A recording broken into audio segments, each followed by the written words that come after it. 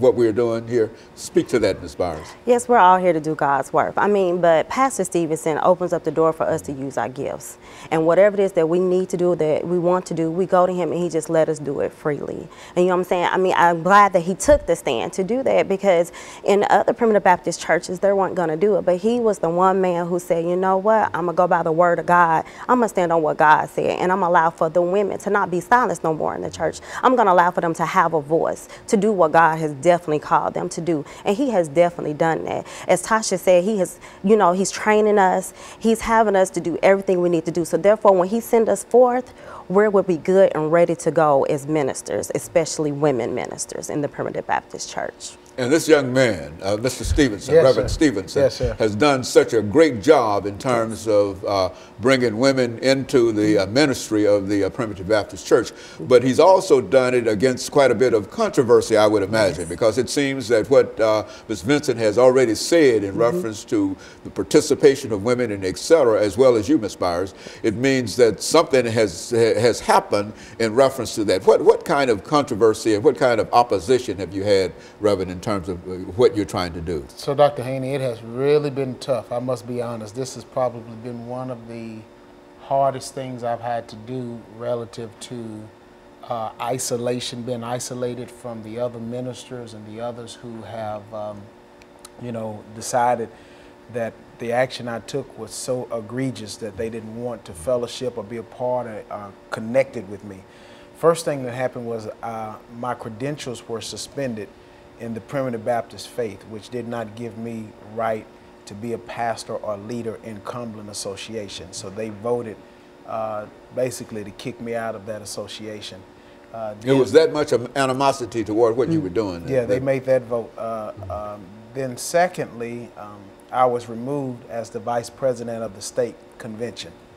And thirdly, our church had to make the decision to withdraw totally from the Cumberland Association. So it's been a really tough road. I mean, I went to the national convention, and some of the guys who I was great friends with, I mean, you would have thought I had leprosy. I mean, they were avoiding me, you know, because they were angry and upset, simply because we wanted to allow all of the hands. The community we pastor in has one of the highest rates of crime, of poverty. I mean, we're trying to move the needle on strongholds, and I need every anointed hand I can get. And I don't care if it's manicured, polished or not.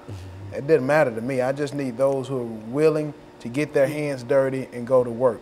And quite frankly, I didn't care about the criticism. I just want to get the work done with the individuals that God had placed. And we now have 20 female ministers, including my wife, Lakita Stevenson. We have 20. They are hardworking. They're energetic. They are excited. They're being trained. They're being taught. They're leading. They're working for God.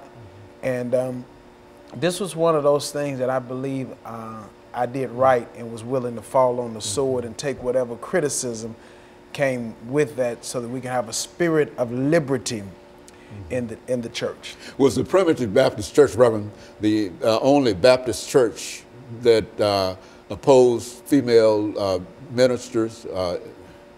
It's not. Is that the only Baptist church, only denomination within the Baptist? Well, Primitive Baptist has it as a rule in our denomination. Other Baptist denominations have a history where some don't allow it, but it's not in their rules per se. So this battle was fought in Missionary Baptist 20 years ago. And so it hadn't destroyed them. They have very capable women leading and preaching and teaching. And so it just was a conversation that we needed to deal with. And it's uncomfortable right now, but I believe all in all, it will be better for it.